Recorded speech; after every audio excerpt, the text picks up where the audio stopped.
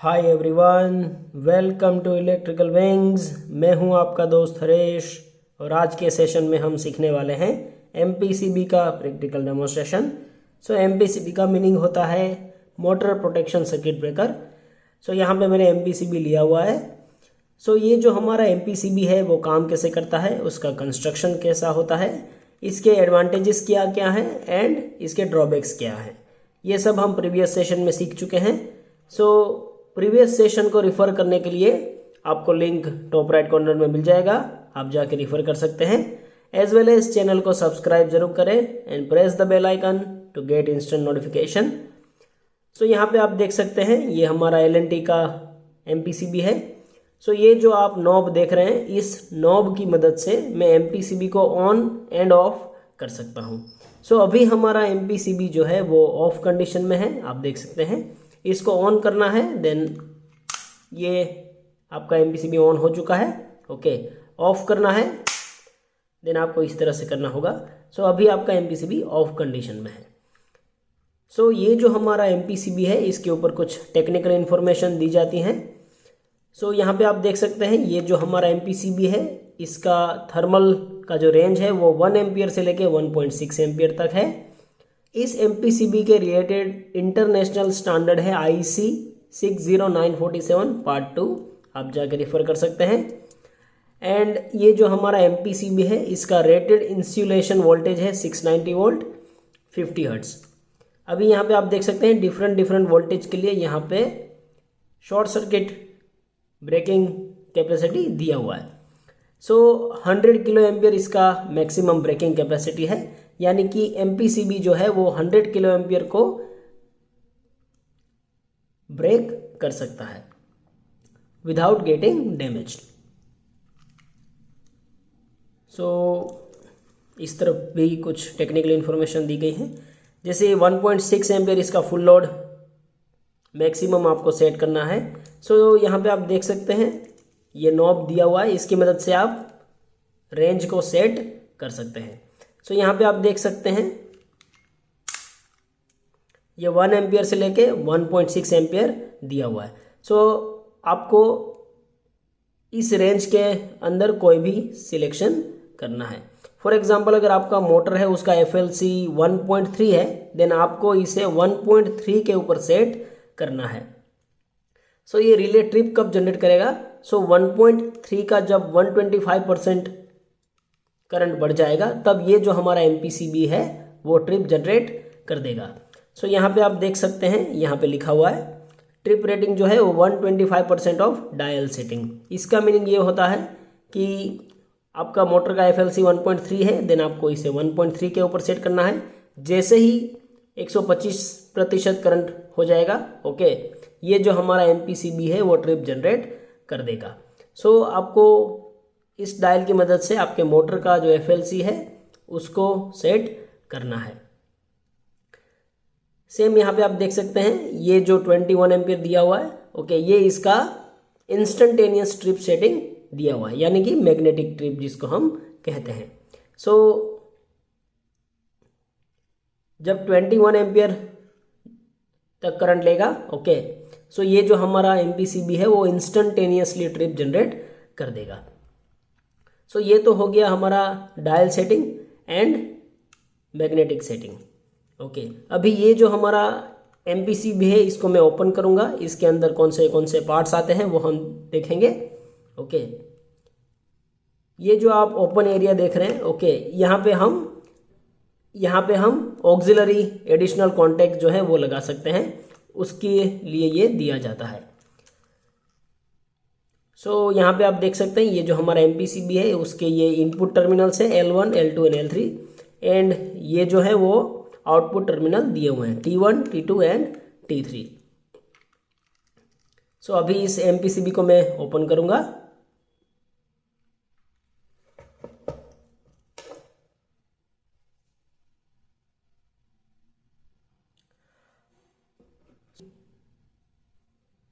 यहाँ पे मैंने एमपीसीबी को ओपन कर लिया है। आप देख सकते हैं ये इसका इंटरनल मैकेनिज्म है। ये जब ये आप ऑन करते हैं तब इस तरह से अंदर जो है वो रोटेशन होता है। सो एमपीसीबी को मैंने यहाँ पे ओपन कर लिया है।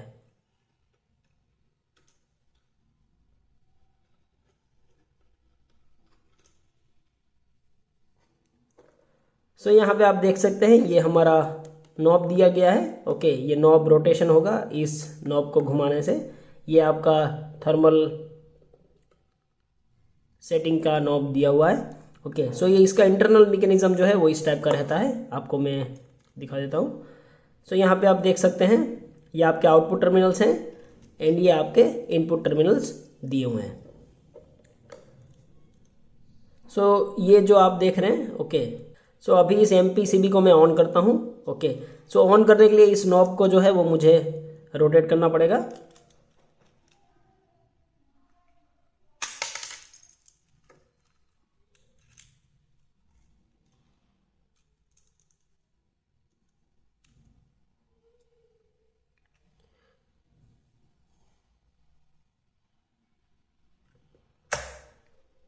ओके, सो एमपीसीबी यहाँ पे हमारा ऑन हो चुका है।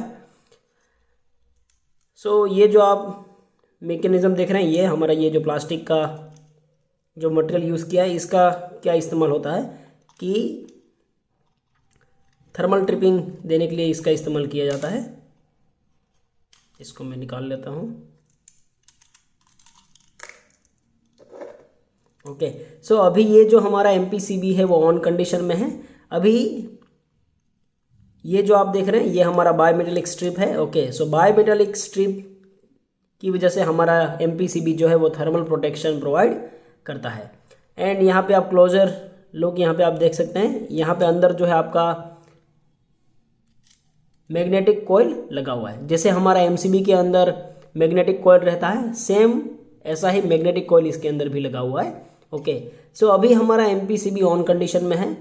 अभी एमपीसीबी के अंदर 3 टाइप के प्रोटेक्शन आते हैं। थर्मल प्रोटेक्शन यानी कि overload protection, second one short circuit protection and तीसरा जो है वो सिंगल फेजिंग। ओके, सो अभी single phasing and overload protection के लिए यहाँ पे आप 3 बायोमेटेलिक स्ट्रिप जो है वो देख सकते हैं। बायोमेटेलिक स्ट्रिप के अंदर 2 डिफरेंट मेटल का इस्तेमाल करके इसको बनाया जाता है। सो जब भी ये बायोमेटेलिक स्ट्रिप जो है वो हीट करेगा, बेंड हो जाएगा एंड बेंड होने के बाद ये ट्रिप जनरेट करता है। ओके, एंड ये जो अंदर आपका ये मैग्नेटिक कॉइल लगा हुआ है, ओके, वो शॉर्ट सर्किट यानी कि इंस्टेंट ट्रिपिंग के लिए दिया जाता है। ओके, सो यहाँ पे जो हमने ये देखा 21 एम्पियर। सो 21 एम्पियर जैसे ही करंट लेगा, ये जो हमारा कॉइल है वो high amount of magnetic field generate करता है एंड इंस्टेंटली हमारा एमपीसीबी जो है उसको ट्रिप कर देता है। अभी हमारा एमपीसीबी अभी ऑन कंडीशन में है, तो इसके अंदर 2 डिफरेंट ट्रिपिंग जो है वो हम देख लेते हैं। सो यहाँ पे आप देख सकते हैं ये एमपीसीबी अभी ऑन है एंड ये जो है ओके 1, 2 एंड 3 ये प्लंजर है। जैसे ही हमारा मैग्नेटिक कॉइल पिकअप होगा, ये प्लंजर जो है वो नीचे की तरफ पुश हो जाएगा एंड ये जो हमारा एमपीसीबी है वो ट्रिप जनरेट कर देगा। सो आप ध्यान से देखिएगा, इसको मैं पुश करता हूँ। हमारा एमपीसीबी जो है वो ये जो नॉब अभी इस तरफ है वो इस तरफ यानी कि लेफ्ट साइड हो जाएगा। ओके, जैसे ही मैंने इसको पुश किया, ओके, आप देख सकते हैं ये ओपन हो चुका है। आपको मैं दोबारा करके दिखाता हूँ। सो गाइज मैं आपको दोबारा करके दिखाता हूँ। ये अभी हमारा एमपीसीबी ऑफ कंडीशन में है। ओके, इसको मैं ऑन करता हूँ। ये काफ़ी हार्ड है। हमारा एमपीसीबी ऑन हो चुका है। अभी इस प्लंजर को मैं जैसे ही पुश करूँगा हमारा एमपीसीबी ऑफ हो जाएगा। ओके, यहाँ पे आप देख सकते हैं इसको मैंने ऑफ किया, सॉरी इसको मैंने पुश किया तो हमारा एमपीसीबी ऑफ हो चुका है। ओके, सो ये हमारा हो गया शॉर्ट सर्किट प्रोटेक्शन के लिए। सेम हम ये जो हमारा तीनों बायोमेटेलिक स्ट्रिप है इसकी वजह से कैसे ट्रिप जनरेट होता है वो भी हम देख लेते हैं। सो वंस अगेन मैं एमपीसीबी को ऑन कर रहा हूँ।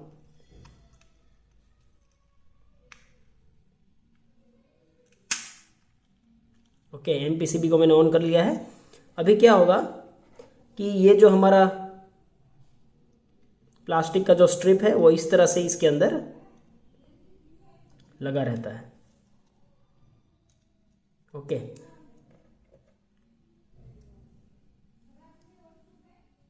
एंड ये अनदर पार्ट है। सो ये जो है वो इस तरह से रहता है। ओके, अभी क्या होता है कि ये जो 3 हमारा बायोमेटेलिक स्ट्रिप है, ओके, जैसे जैसे करंट इसके अंदर से बढ़ेगा ये जो है वो लेफ्ट साइड जो है मूव करता है। सो ये तीनों पार्ट लेफ्ट साइड ऐसे ऐसे मूव करेगा। उसकी वजह से क्या होगा कि ये जो पार्ट है वो इस तरह से पुश होगा। ओके, यहाँ पे आप देख सकते हैं इस तरह। सो जैसे ही ये लेफ्ट साइड मूव होगा, ये जो आप मैकेनिज्म देख रहे हैं ये वाला, ओके, उसको ये ऐसे कराएगा। तो यहाँ पे आप देख सकते हैं जैसे ही मैंने इसको ऐसे किया, लेफ्ट साइड पुश किया, एमपीसीबी हमारा ट्रिप हो चुका है। ओके, सो वंस अगेन मैं इस एमपीसीबी को ऑन करता हूँ। वंस अगेन हम इसका ट्रायल देखते हैं।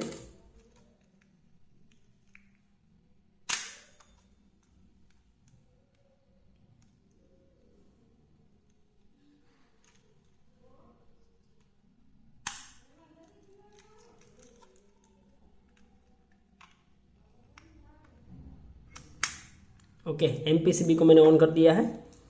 अभी ये जो बायोमेट्रिक स्ट्रिप है हमारा लेफ्ट साइड मूव होगा।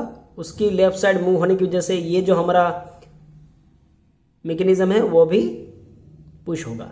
सो यहाँ पे आप देख सकते हैं ये जो हमारा कॉन्टैक्ट है, ओके, इस कॉन्टैक्ट को मैं जैसे ही मूव करूँगा ये हमारा एमपीसीबी ट्रिप जनरेट कर देगा। सो आप ध्यान से देखिएगा, मैं इसको जैसे पुश करूँगा, ओके, अभी ये कॉन्टैक्ट पुश नहीं हुआ है। ओके, यहाँ पे आप देख सकते हैं इस तरह से हमारा एमपीसीबी को ट्रिप जनरेट करता है। सो हमारा एमपीसीबी अभी ट्रिप हो चुका है। ओके, सो इस तरह से हमारा ओवरलोड का मैकेनिज्म काम करता है। और एंड ये प्लंजर पुश होने के लिए, सो जब ये प्लंजर पुश होता है, ओके, उस टाइम पे भी ये कॉन्टैक्ट मूव होता है। एंड जब ये ओवरलोड ट्रिपिंग देता है तब भी ये कॉन्टैक्ट जो है वो पुश होता है। सो इस कॉन्टैक्ट के पुश होते ही हमारा एमपीसीबी ट्रिप जनरेट कर देता है। सो आपको अभी समझ में आ गया होगा कि ये जो पूरा मैकेनिज्म है वो काम कैसे करता है। सो ये इनपुट टर्मिनल्स हो गए, okay, R Y B, and ये आउटगोइंग टर्मिनल्स हो गए आर वाई बी। सो यहाँ पे आप देख सकते हैं ये जो हमारा कंडक्टर है वो कॉपर का बना हुआ है। ओके, सो यहाँ पे ये भी जो टर्मिनल्स है वो कॉपर के बने हुए रहते हैं। अभी हमारा ये जो एमपीसीबी है, ओके, उसके अंदर यहाँ पे अंदर 3 कॉन्टैक्ट्स रहते हैं। Okay, incoming and outgoing. So जैसे ही हम एमपीसीबी को ऑन करते हैं उस कंडीशन में कॉन्टैक्ट जो है वो क्लोज हो जाते हैं, यानी कि एनओ में से एनसी हो जाते हैं। सो अभी ये जो पार्ट है उसको भी हम खोल के देखते हैं कि कॉन्टैक्ट जो है वो किस तरह के होते हैं। सो गाइज, इसके जो नीचे के हिस्से का जो कॉन्टैक्ट है वो भी हम देख लेते हैं। सो यहाँ पे मैंने इसको ओपन कर लिया है। ओके, सो यहाँ पे आप देख सकते हैं ये कॉन्टैक्ट इस तरह के रहते हैं। ओके, ये हमारे कॉन्टैक्ट हैं कॉपर के, एंड ये कॉन्टैक्ट का हमारा टिप है। सो जैसे ही हम एमपीसीबी को ऑन करते हैं ये कॉन्टैक्ट जो है वो एनओ में से एनसी हो जाते हैं। सो यहाँ पे आप देख सकते हैं ये हमारे मूविंग कॉन्टैक्ट है। ओके, ये नीचे की तरफ पुश हो रहा है। ओके, सो ये तीनों कॉन्टैक्ट हमारे मूविंग कॉन्टैक्ट है, एंड ये हमारे तीनों फिक्स कॉन्टैक्ट हैं। ओके, सो जैसे ही आप एमपीसीबी का ये जो नॉब है इसको ऑन करते हैं, ओके, ये तीनों कॉन्टैक्ट एनओ में से एनसी हो जाते हैं। अभी यहाँ पे आप देख सकते हैं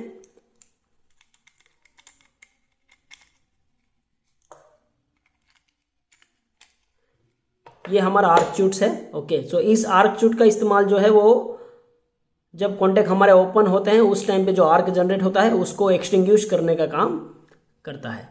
सो ये सेम आर्क चूट जो है वो हमने एमसीबी में देखा था। सो ये आर्क चूट जो है वो यहाँ पे इस तरह से लगा रहता है। तो जैसे ही कॉन्टैक्ट जो है वो एनओ में से एनसी होंगे, ओके, या एनसी में से एनओ होंगे, उस तरफ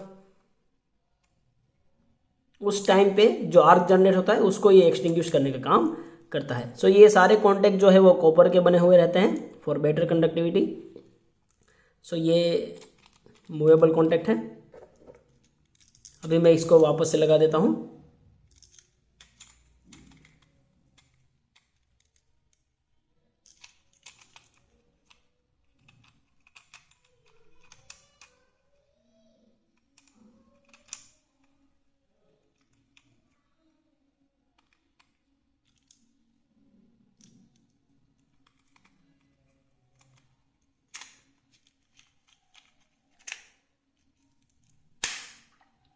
ओके, सो इसको मैंने असेंबल कर दिया है।